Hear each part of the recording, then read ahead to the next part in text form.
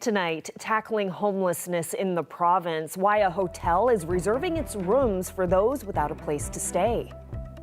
Newfoundland and Labrador Housing unveils 8 new units in Pleasantville. This one is accessible, plus government sets up transitional supportive housing in a former hotel. Transitional housing was the gap, and this will help ease that. We'll have that story coming up on Here and Now. A significant fuel spill closed a section of the TCH today after 2 very large vehicles collided near Bellevue. Thankfully, only minor injuries. That story coming up. This is CBC Here and Now.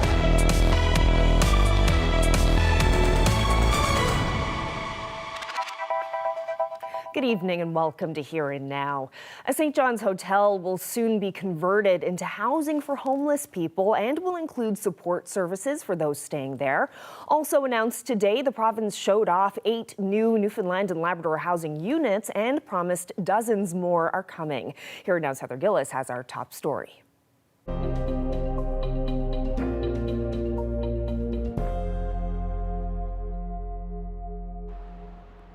Airport travelers will have to look elsewhere. This Comfort Inn hotel near the airport in St. John's is transitioning into 140 rooms with wraparound services reserved for those experiencing homelessness. The provincial government is leasing the building for 3 years from Clayton Hospitality, costing almost $7 million a year. NL Health Services and NL Housing are in on it too. The housing minister says the hotel will be staffed with health services, harm reduction, mental health and addictions, security, and the law for 3 meals a day. Transitional housing was the gap, and this will help ease that. According to the province, just a few people remain at the Bannerman Park tent encampment, a picture of the province's housing crisis. All there have been offered places and support. The head of End Homelessness St. John says advocates have been pushing for transitional housing for a while. Well, I think that's a really transformative opportunity to really reimagine how we deliver shelter services, transitional housing and supports. Integration of health services, mental health and addiction within the hotel itself is transformative. That's a really great opportunity. A lot of folks struggle with their health, so having access to that in that site is going to be a game changer. Pawson says transitional housing is for people who can't get out of homelessness on their own, and says there will be an intake process to make sure people are the right fit.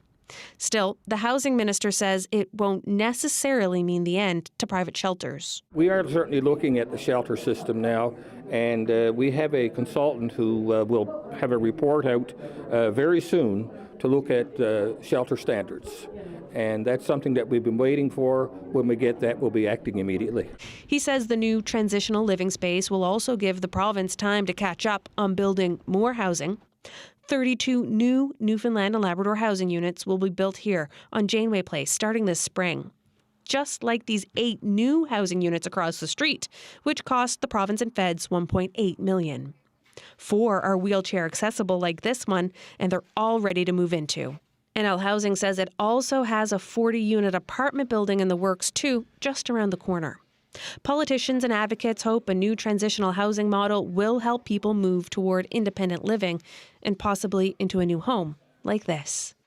Clayton Hospitality, the group that owns this hotel, says they're going to close to the public on February 15th so that they can start welcoming guests here in March. Heather Gillis, CBC News, St. John's. Well, there were no serious injuries, but there was a big fuel spill and a traffic snarl after 2 large vehicles collided this morning on the Trans-Canada Highway. Here Now's Terry Roberts has more. Catastrophe was narrowly avoided early this morning on the TCH near Bellevue. These pictures show the extent of the damage to this 56-passenger motor coach. The bus was attempting to pass a double-tanker fuel truck in darkness just after 6 o'clock. Both vehicles were traveling east toward St. John's. Somehow the 2 vehicles, one used to transport people and the other hauling a large volume of fuel, came into contact.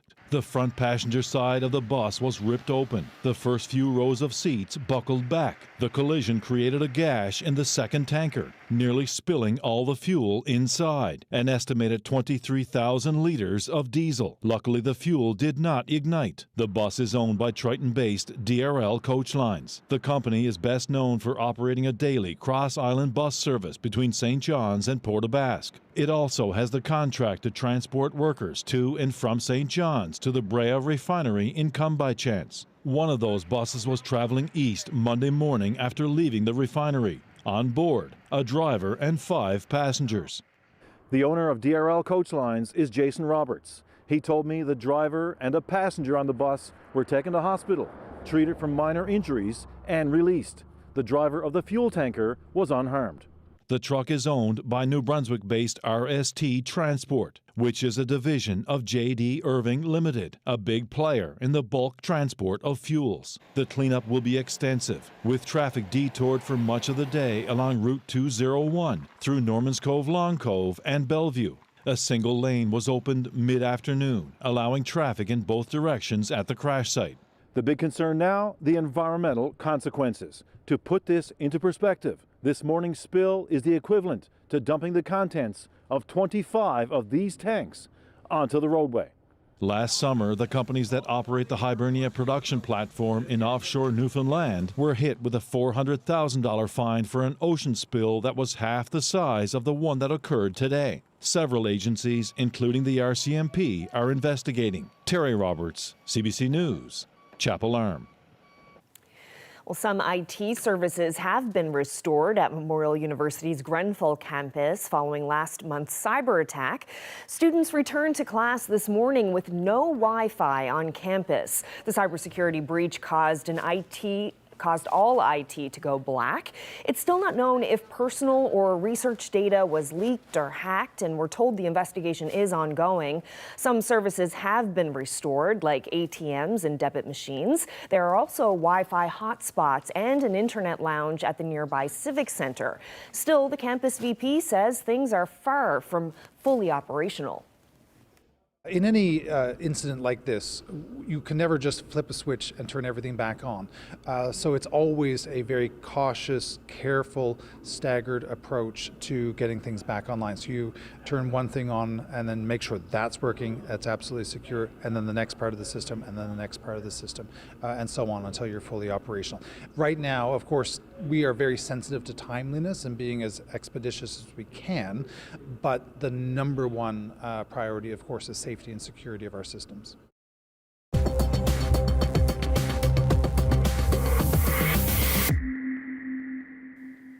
With 3 weeks left, the by-election race for Conception Bay East Bell Island is heating up, with the NDP's campaign officially launching in Portugal Cove yesterday. Candidate Kim Churchill is a human rights advocate who made national headlines fighting for proper education for deaf children in the province, like her son Carter. At yesterday's event, Churchill spoke about what she will focus on if elected, issues like healthcare, affordable housing, and better services for Bell Island. This district is very unique because it encompasses Portugal Cove, St. Philip's, Bill Paradise, as well as Bell Island. And I see that there are different needs, actually. Bell Island certainly has a critical need for having a shore-based ferry manager. We know that. Everything is connected to the ferry, and without it, the livelihood is literally in peril. So we need to be able to focus on that first. Now, Churchill is going up against Fred Hutton with the Liberals, PC candidate Tina Neary, and independent Daryl Harding, whose candidacy became public yesterday. Harding is former president of the PC District Association. He's been critical of the PC's nomination process. Harding also sued the town of Portugal Cove St. Philip's after he was suspended from council. The by-election is scheduled for January 29th. In other news, a retired brigadier general fears Ottawa will abandon an Afghan interpreter who risked his life to help the Canadian military. The interpreter, who we're calling Joe to protect his safety, has already been shot by the Taliban. Now he's waiting in Pakistan, trying to avoid being drawn back to danger in Afghanistan. Here Now's Mark Quinn brings us this update. Retired Brigadier General James Camsell hasn't forgotten the interpreter who helped him in Afghanistan, and he's been working hard to help him come to Canada for more than 2 years. I think we owe that to all these interpreters and all those who supported the Canadian Armed Forces.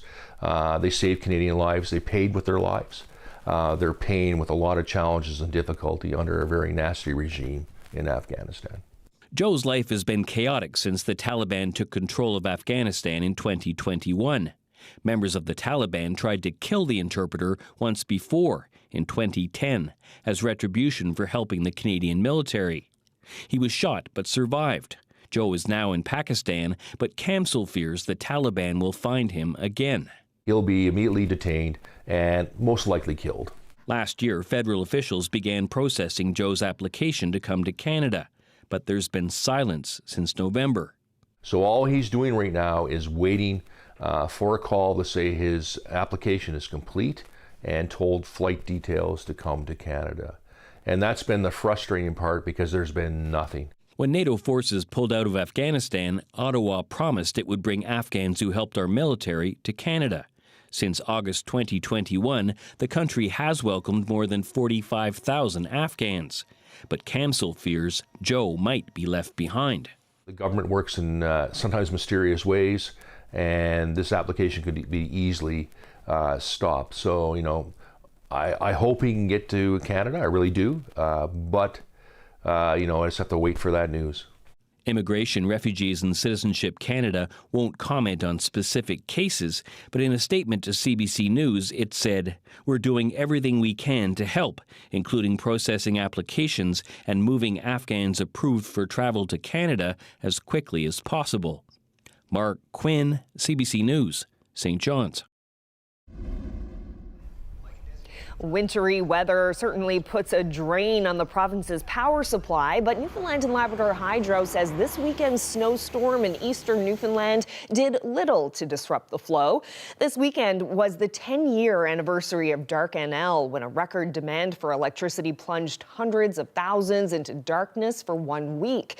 Hydro says having power from multiple sources plays a part in its success. Our supply really gets tested by these cold snaps, but our generation and the Labrador Island Link really hung in well over this past weekend, and we had a reliable service for customers. Holyrood is still serving the province right now, and I guess as with the LIL in its infancy, the Labrador Island Link, we are working to through these early infancy issues. We're getting a sense for how reliable it's going to be and how well it's performing, and it's nice to have Holyrood there to be part of the mix to ensure that we have enough generation, because in the power system, no asset is perfect, and we can have issues on our hydro fleet, on our Holyrood fleet, and also on the Labrador Island Link. And this combination of assets allows us to have some contingencies or have some issues across these different assets, but still maintain generation overall.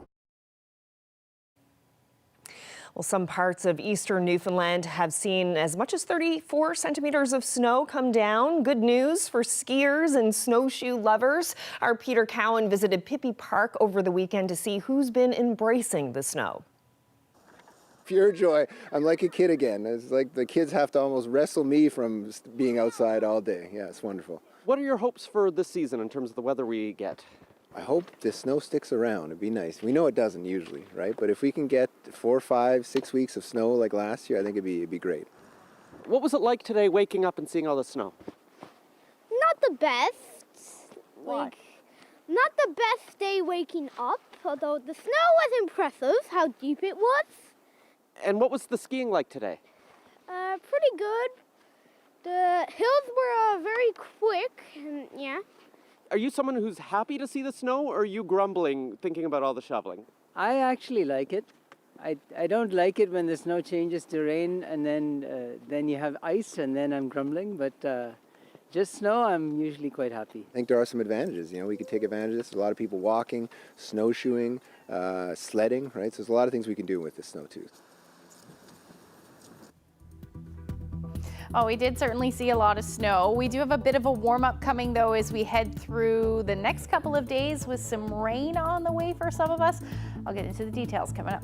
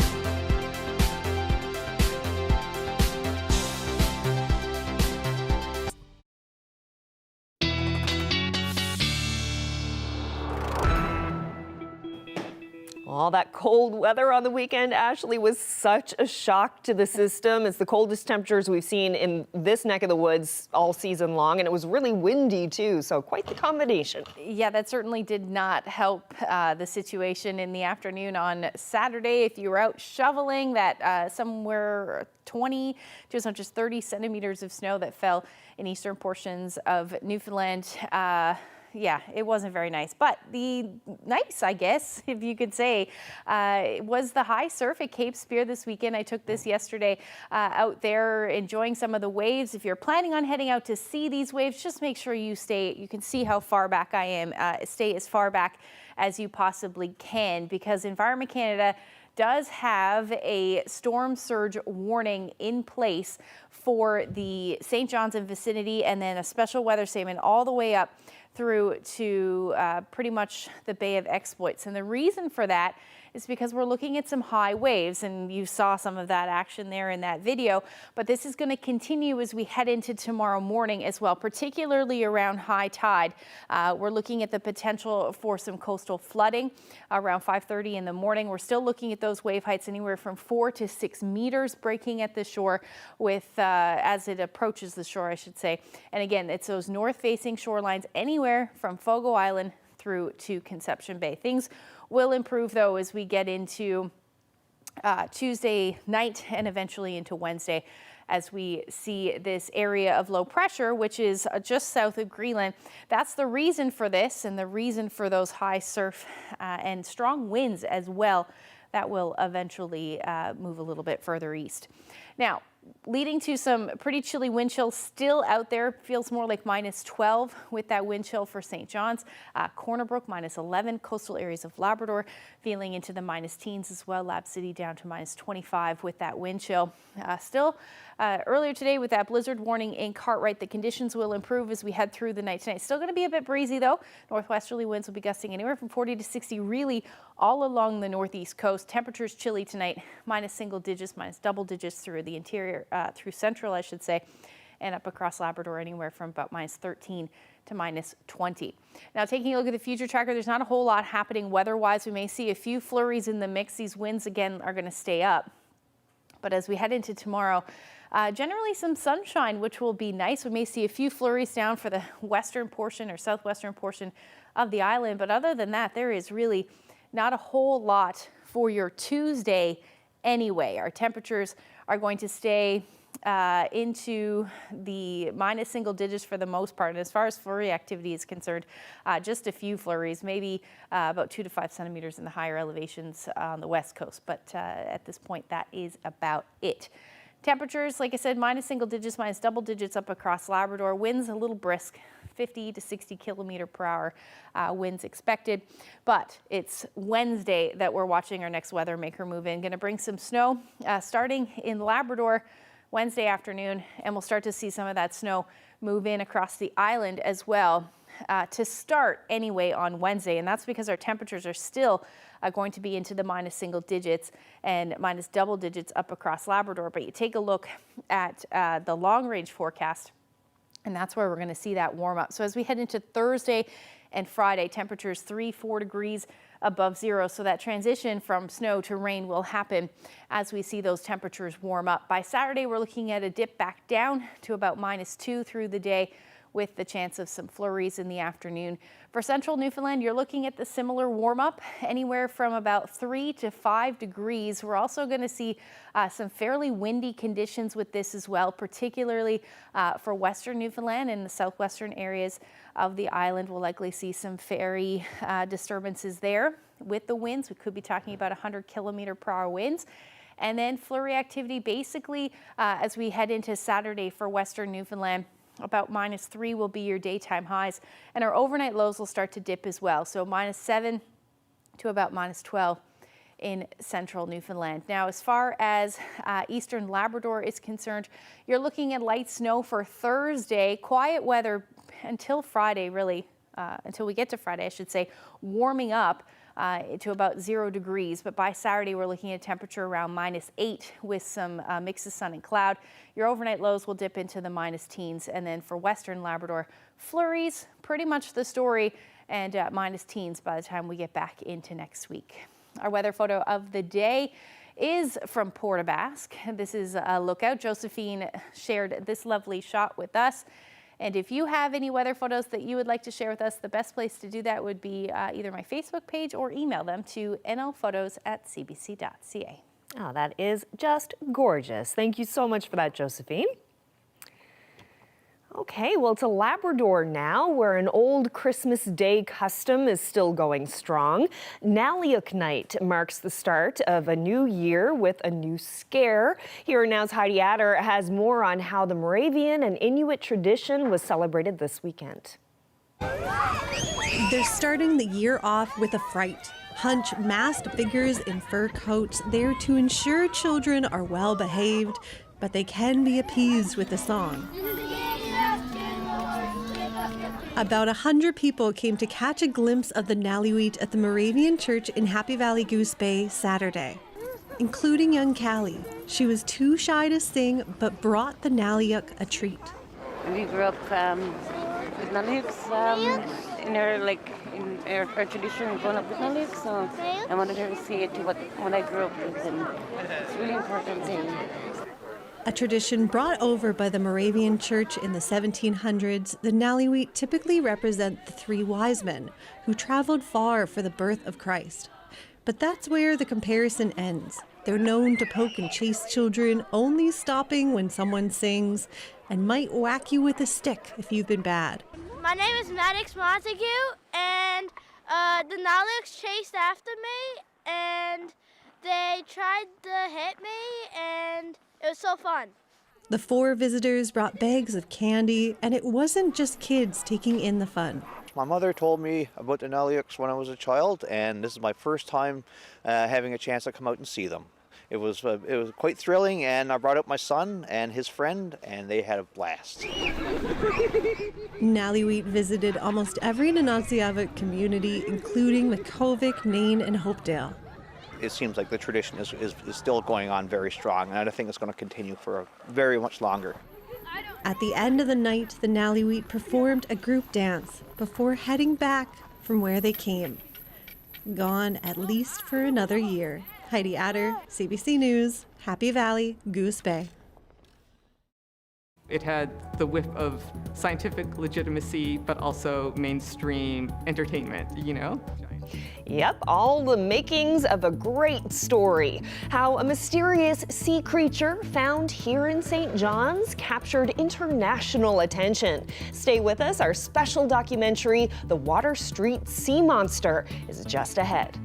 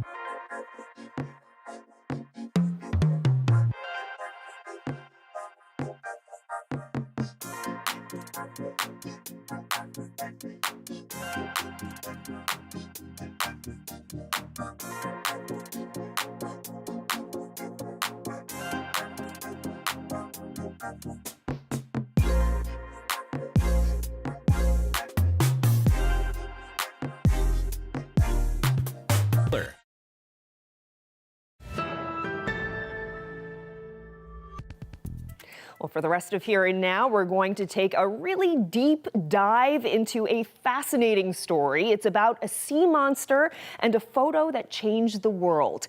In December of 1873, a picture of a giant squid taken in downtown St. John's began to circulate. In this feature documentary, the CBC's Mike Rossiter and Mark Cumby tell the story behind that photo, how it garnered worldwide interest, and how the image of the squid still inspires.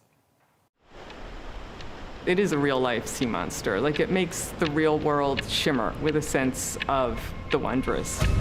People didn't understand it. Descriptions of it seems like something out of science fiction. There's an element of the madcap. There's an element of whimsy. The giant squid, to me, is also emblematic of swashbuckling adventure. It just seemed impossible. We've unraveled the story of the Kraken.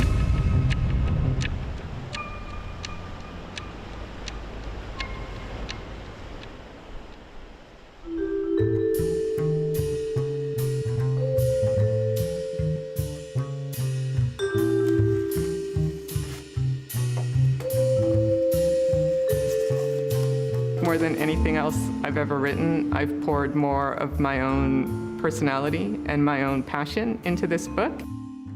Did you ever think that you were going to be an authority on giant squid? No, I did not. It's a pleasant surprise. I still don't know if I would use the word authority and apply that to myself. It seems a little grand. Maybe enthusiast, I think. Enthusiast, that's I'm appropriate. more comfortable with that. I'm a giant squid enthusiast. This might be a very broad question, but who was Moses Harvey? I think you could say he was a man of seemingly limitless charisma, curiosity, and energy with wide-ranging interests that did not just touch upon the giant squid, but I think that is probably, you could say, that was his major passion in life. He was a reverend in a Presbyterian church. He's better known today for his writings. He was a prolific writer, and he wrote widely. He did not just history and natural history. He wrote about politics, the arts, the fisheries, science, all sorts of things. This was, I suppose, a Renaissance man in 19th century Newfoundland. He had a reputation for being crazy after all sorts of fishes and beasts, and that's why people brought him the tentacle, and from that he became ensnared by the giant squid. The scientific world really needed concrete proof that the animal existed, and that proof surfaced in the 1870s around the island of Newfoundland, and 1873 was really the year that did kick it off because we secured 2 high-quality specimens. First, the tentacle in Conception Bay near Bell Island, and then the carcass at Logie Bay.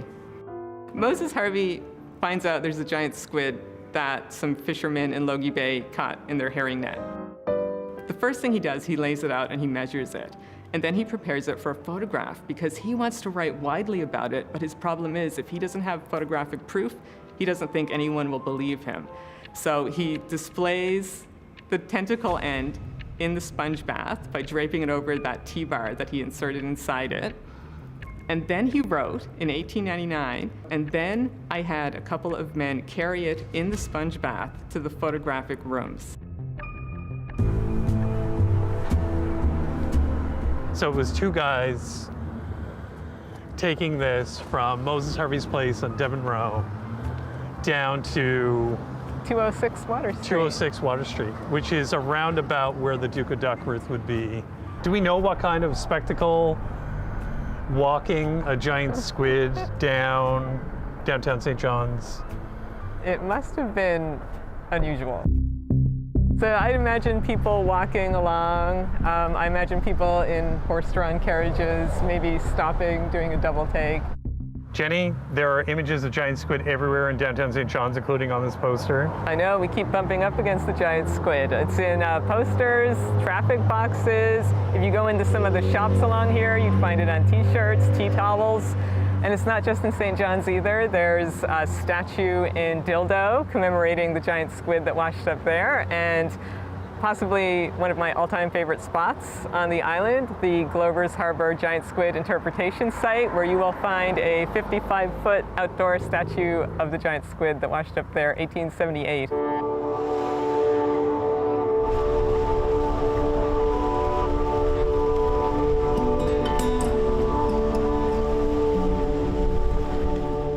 Well, this statue you see here is a model of one that was captured here 90 years ago by two local residents, Rube Reed and Richard Goss. And they were out in their boat December 17, 1933, and the ice came in the bay, and their boat kind of got trapped. They hauled their boat ashore, and the next day when the ice cleared off and there was a bit of wind and weather that night, they saw the squid floating on the water. It was dead, and they think that it was possibly dragged in the bay by a whale. Maybe it battled with a whale and got killed on the way in the bay. People flocked to see it from Dildo, surrounding communities, because it was such a wondrous thing to see. Not very many people saw a giant squid, and it was quite a spectacle. And from there it was taken to the train station, and it was shipped off and sent to England for examination at a museum in England, and its whereabouts, we don't know what happened to it. I would assume it was disposed of. But those men got $12 in 1933 for their trouble.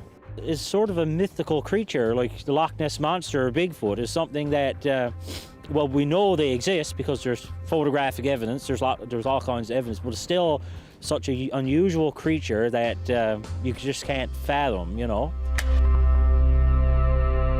So they must have it upright and the tentacles out over the body. That's right. It's not something I would want to to come across if I was in the water. It'd be pretty terrifying to see something so big. You'd almost think it's like a space alien or something, right?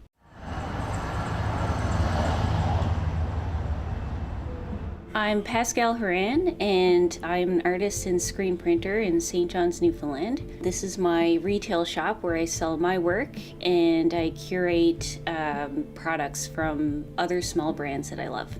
The first print I ever did for t-shirts was a drawing of a giant squid that I did. Paper prints, there's a tea towel there with the giant squid. Your logo as well, like even your logo has a tentacle. Is that a giant squid tentacle coming out from the ocean? It is. The way I think about it is the lighthouse kind of represents us, people, and the light rays are us reaching out and trying to understand the world around us. And you'll see that the tentacles just start right where the light rays kind of end, so that it's emerging just beyond our understanding, or it's just at the edges of it. And that's what I think is so compelling about the ocean for me, is that it's such a big and unknown thing. Giant squid kind of embodies that idea that nature and that the ocean is just so so vast, and we don't really understand much about it yet. I don't know, there's something that just resonated with me about the giant squid. It's sort of, even though it's a very real animal, it has this mythical quality to it. If we didn't have pictures of it or specimens to look at, you wouldn't really believe that such a creature exists.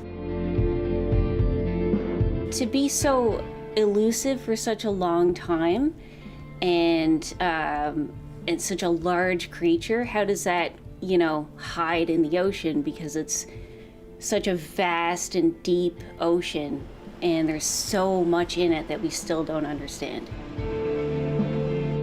It's a pretty strange image, and it's pretty, I think, iconic, that it's kind of like, you can't even really tell what's going on there, you know? You can see like this big bulging eye at the top and all these arms and tentacles coming down, and yeah, it's just this confusing mass of flesh of this like giant kind of monstrous creature. I shouldn't say monstrous. It isn't.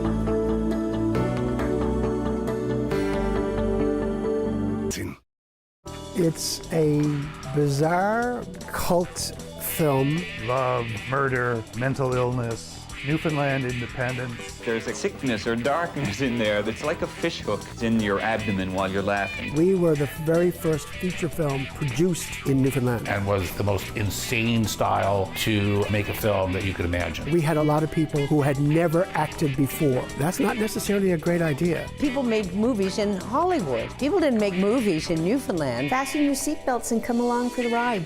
And that's all I can say, I think. I don't know.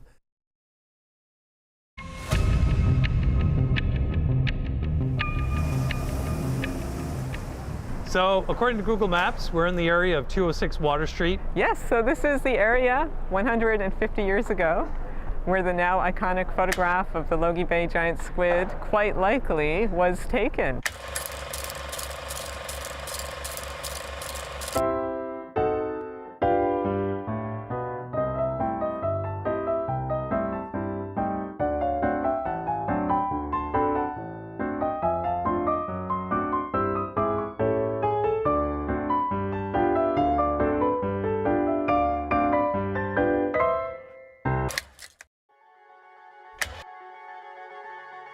The photograph was taken 1873, and then Harvey takes it back to his house in the brine and the alcohol. What happens after that? Moses Harvey at this point was also a very prolific writer in newspapers and magazines in North America and in Britain. So he leveraged his own journalistic abilities and networks to begin writing and publishing widely on the giant squid. And he would give them that image. So this image began circulating on both sides of the Atlantic Ocean in mainstream periodicals like newspapers and also in scientific journals. So it had the whiff of scientific legitimacy, but also mainstream entertainment, you know? He wanted to alert the scientific community of it, so he strikes up a correspondence with Addison Verrill at Yale University, and he sends Verrill the bits, the squid bits, that he's preserved in alcohol. Please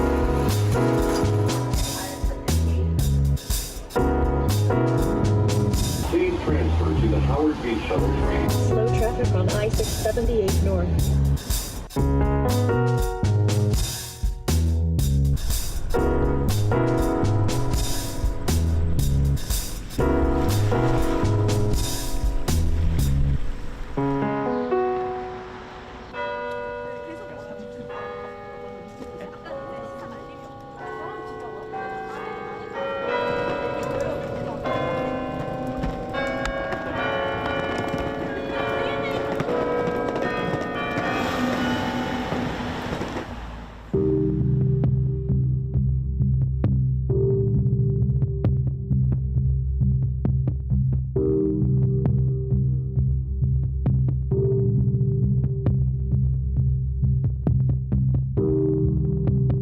Probably the association of giant squid is probably greatest at Yale.